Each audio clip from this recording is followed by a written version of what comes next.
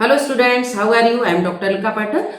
बच्चों, पिछली वीडियो में बीएड सेकंड सेम से रिलेटेड मेथोडोलॉजी से रिलेटेड मैंने आपको पाठ्य योजना क्या होती है, उसका कंसेप्ट और इंपॉर्टेंस ऑफ लेसन प्लान यानी पाठ्य योजना का क्या महत्व है एक शिक्षक के लिए, इस विषय में डिस्कस किया था। आज की वीडियो में मैं आपको लेसन प्लान या पाठ्य योजना का प्रारूप बहुत संक्षिप्त में बताऊंगी, जो आपको एग्जाम के समय बहुत यूजफुल रहेगा। ओके, तो पाठ्य योजना बता दी मैंने आपको, कंसेप्ट क्लियर कर दिया। अब पाठ्य योजना का जो प्रारूप है उसके स्टेप बताती हूँ मैं आपको।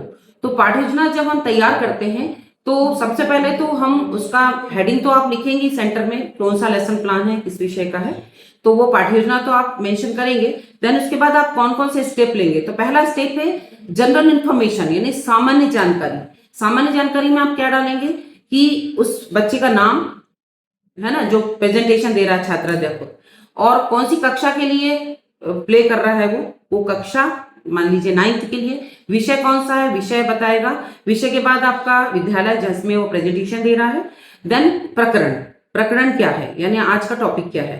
फिर उसका दिनांक, कालांश और अवधि, कितनी कितनी अवधि में पढ़ा रहा है वो, 30 मिनट, 40 मिनट, 1 घंटे। ओके, तो पहला जो स्टेप है वो है इस जनरल इंफॉर्मेशन। फिर दूसरा है सामान्य उद्देश्य।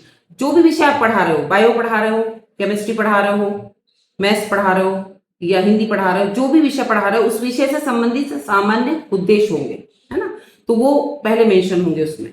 देन उसके बाद आएगा विशिष्ट उद्देश्य। विशिष्ट उद्देश्य क्या होते हैं मैं अपनी एक वीडियो में आपको बताऊंगी कि उसमें विशिष्ट उद्देश्य जो बनाए जाते हैं वो ब्लूम टैक्सोनॉमी के अकॉर्डिंग बनाए जाते हैं। तो विशिष्ट उद्देश्य में जो पढ़ा रहे हैं आप, मान लीजिए आप पढ़ा रहे हैं जीव विज्ञान, तो जीव विज्ञान से रिलेटेड आप वहां पर विशिष्ट उद्देश्य वो कंटेंट के लिखेंगे, जो कंटेंट आप लेंगे। मान लीजिए आप हिंदी पढ़ा रहे हैं, हिंदी में आप पढ़ा रहे हैं नाउन या संज्ञा, तो संज्ञा से रिलेटेड वहां पर ऑब्जेक्टिव होंगे आपके विशिष्ट उद्देश्य में ब्लूम टैक्सोनॉमी के अकॉर्डिंग। ओके, फिर नेक्स्ट आपका आता है शिक्षण सहायक सामग्री।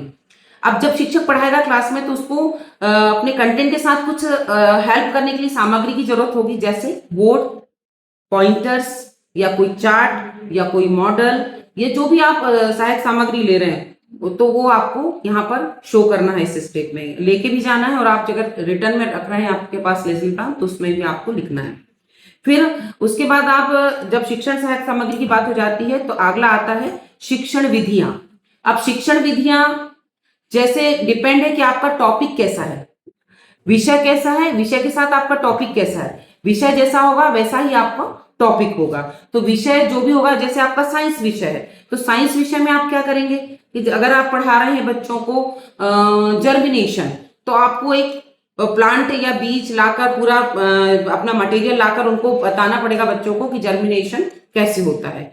तो ये आप करके दिखाएंगे वहां पर। तो यहाँ पर जो मेथड होगी वो प्रदर्शन विधि होगी, है।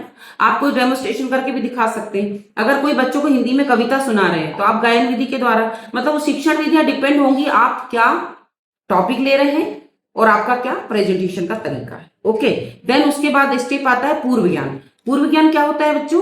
पूर्व ज्ञान वो होता है जो प्रीवियस नॉलेज से न्यू नॉलेज को जोड़ने की जो लिंक होती है, जो कड़ी होती है, वो पूर्व ज्ञान होती है। मान लो आज मैं सर्वनाम पढ़ा रही हूं तो मैं बच्चों को बताऊंगी संज्ञा के बारे में, कुछ क्वेश्चंस करूंगी और मैं सर्वनाम पे आऊंगी, तो ये होता है पूर्व ज्ञान। इसमें कुछ क्वेश्चंस तैयार किए जाते हैं। फिर है प्रस्तावना। प्रस्तावना में हम वो क्वेश्चन पूछते हैं जिससे हम अपने स्टेटमेंट ऑफ द एम पे आते हैं।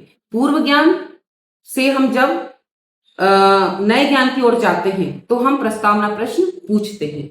फिर है उद्देश्य कथन। उद्देश्य कथन ये होता है जब हम पूर्व ज्ञान से नए ज्ञान पे आने के बाद ये कहते हैं कि आज बच्चों में आपको सर्वनाम पढ़ाऊंगी, तो ये होता है उद्देश्य कथन। फिर प्रस्तुतिकरण। प्रस्तुतिकरण में हम क्या करते हैं कि हमारा टीचिंग पॉइंट्स होता है, शिक्षण बिंदु होता है, फिर टीचर्स बिहेवियर होता है, स्टूडेंट बिहेवियर होता है, फिर हम स्किल्स भी डाल सकते हैं। तो ये हमारे कॉलम्स होते हैं।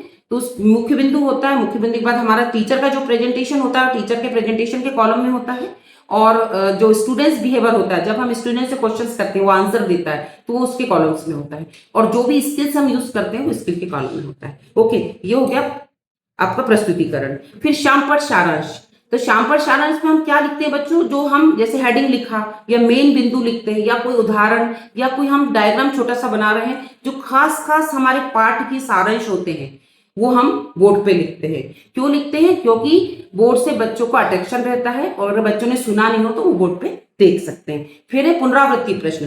पुनरावृत्ति प्रश्न में हमने जो आज कंटेंट पढ़ाया है, जो विषय पढ़ाया, उस विषय से रिलेटेड हम उद्देश्य को फुलफिल करें ऐसे क्वेश्चन बच्चों से करते हैं जो बच्चे आंसर देते हैं। फिर कक्षा कार्य, कक्षा कार्य दिया जाता है बच्चों को ऑब्जेक्टिव टाइप, है ना, या तो वन वर्ड या ट्रू फॉल्स या मैच द फॉलोइंग या फिल इन द ब्लैंक्स या वन वर्ड। तो इससे जो बच्चे जल्दी से करके हमको बता दे कि आज हमने जो पढ़ाया बच्चों को समझ में आया कि नहीं आया। तो ये कक्षा कार्य होता है। फिर गृह कार्य, फिर गृह कार्य में हमने बच्चों को इसलिए गृह कार्य दिया जाता है ताकि वो उस कंटेंट को जाके रिवाइज करें। तो गृह कार्य में वो टीचर पे डिपेंड रहता है कि वो गृह कार्य कौन सा दे। तो हम कोई भी एक उस विषय से रिलेटेड क्वेश्चंस या कोई डायग्राम या कोई प्रोजेक्ट उसको छोटा सा दे सकते हैं। तो ये आज मैंने आपसे बताया कि लेसन प्लान का प्रारूप कैसा होता है और इसके स्टेप के बारे में आप बहुत संक्षिप्त में डिस्कस किया। अब मैं एक एक विषय को लेकर नेक्स्ट वीडियो में आपको डिटेल में बताऊंगी। आज के लिए इतना ही। Thank you so much.